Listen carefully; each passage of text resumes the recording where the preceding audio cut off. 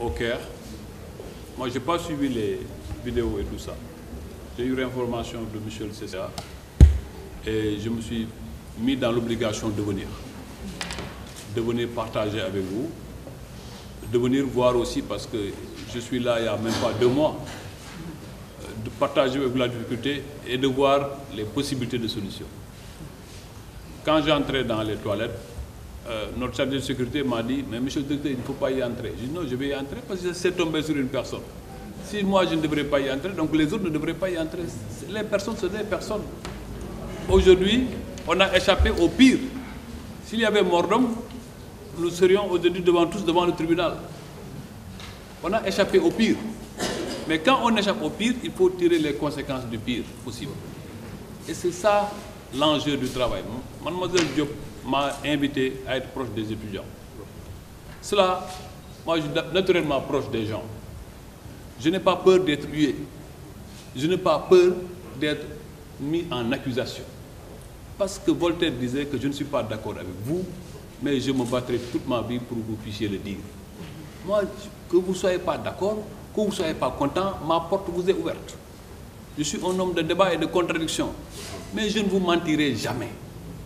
Je ne vous dirai jamais ce qui n'est pas possible. Aujourd'hui, si je vous dis tout de suite, nous allons réparer tous les bâtiments, c'est à la limite impossible. Et j'ai dit à Mademoiselle Diop, demain, venez en réunion avec moi à 9h, avec tous les services concernés, on va voir ce qui est possible dans l'immédiat. Dans l'immédiat, ce qui est possible. Et dans le moyen ou long terme, ce qui est possible.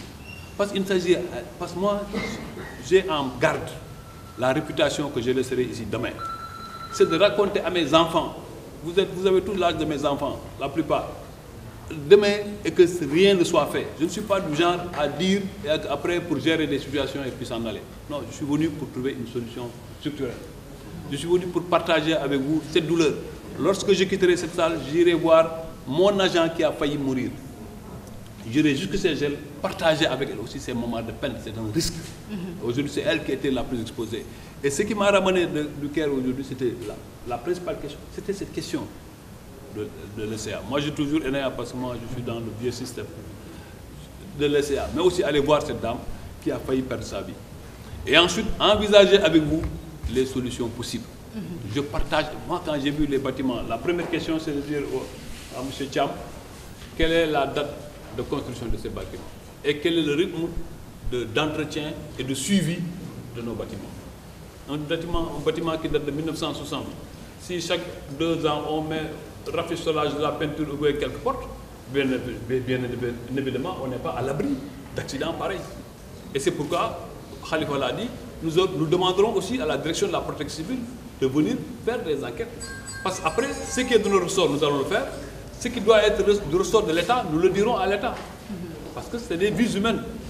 Et la sécurité des biens et des personnes relève de notre responsabilité lorsque nous sommes dans le couple, mais ça relève de responsabilité de l'État lorsque les charges dépassent nos capacités. C'est pourquoi je suis venu vous voir. Je sais que vous avez mal. Vous avez mal, mais aussi vous avez peur. Vous avez mal de voir votre environnement comme cela. Vous avez peur aussi que le même accident, que vous en soyez demain les victimes. Voilà la situation. Et cette situation-là, douloureuse soit-elle, nous devons faire face.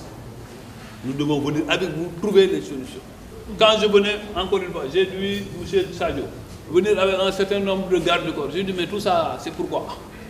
Il m'a dit, non, là-bas, ils sont fâchés. J'ai dit, moi-même, je suis fâché. Je vais partager avec eux ce que nous sommes fâchés, qu'ils puissent.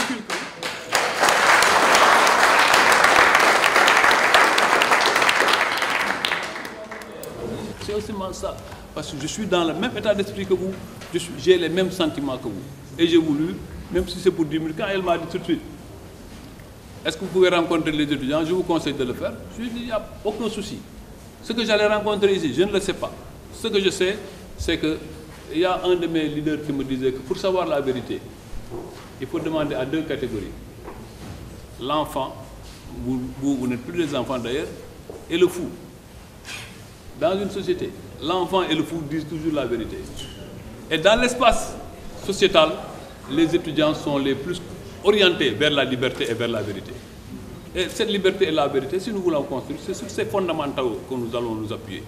En tout cas, je partage avec vous au nom du COUD et de l'État du Sénégal, je voudrais vous présenter nos sentiments de partage et notre engagement à essayer de trouver des solutions structurelles.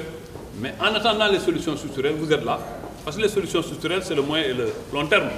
En attendant, vous êtes là, je disais à M. Thiam, il faut me dire l'immédiat terme. Moyen terme, c'est bon, long terme, c'est bon, mais l'immédiat terme, ceux qui sont là, comment ils vont faire face à cette situation.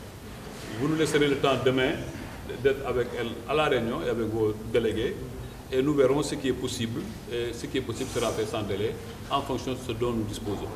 Je suis là il y a 2 mois, je ne peux pas promettre la mer et la forêt, c'est pas possible. Je vous l'aurais dit, vous allez me...